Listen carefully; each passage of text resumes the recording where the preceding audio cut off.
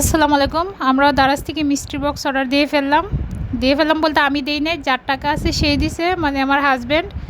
সে খুব ভালো ভালো রিভিউ দেখছে, রিভিউতে দেখাইছে ট্যাব দেয়, তারপরে স্মার্ট ওয়াচ দেয়, ব্লুটুথ দেয়, ইয়ারফোন দেয়। সে রিভিউ দেখে নিজে অর্ডার দিয়ে এই যে বাসটা খাইছে। দেখেন কি পাইছে, একটা মেহেদি পাইছে কাবেরি, একটা বেল্ট কোমরের।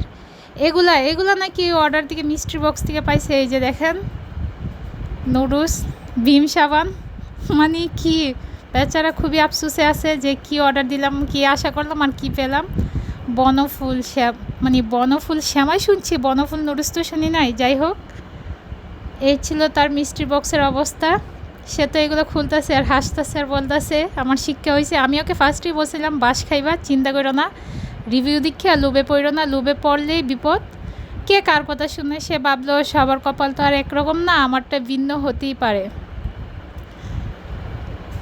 কালকে অর্ডার দিতে না দিতে আজকে পেয়ে গেলাম। ও একটা ওয়ালেটও পাইছে, সিআইডি ওয়ালেট। কি বুঝলেন? তার কাছে এই জিনিসটা খুবই ভালো লাগছে।